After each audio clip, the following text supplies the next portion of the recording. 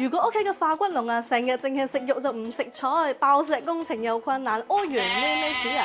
積住咧就好容易內熱上火，38、39噶啦。咁小丁下面介紹嘅呢3款霸王花湯咧，你就要識得煲俾佢哋飲啦。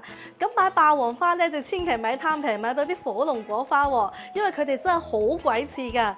正宗生曬嘅霸王花嘅背面咧係非常之青綠噶，而且咧佢係冇紅尾噶。如果見到有紅色尾巴咧，9成9就係啲火龍果花嚟噶啦。而且霸王花佢呢度嘅花蕊係非常之豐富噶，同埋聞起身佢有淡淡嘅草本香味，呢啲先係你哋想要嘅霸王花啊！第一款就係呢個霸王花蓮子百合南北杏湯，第二款就係呢個霸王花健脾去濕湯，第三款就係呢個霸王花陳皮玉竹雪梨乾湯。霸王花煲之前呢，我哋要提前用凍水浸佢半個鐘頭喎，咁樣煲出嚟啖湯先唔會酸㗎。咁霸王花咧會比較涼㗎，我哋咧就拍大嚿薑落去一齊煲下。咁多 tips 俾晒你啦，記得煲啖靚湯俾屋企人飲啊！正啊！關注小丁，下期更精彩。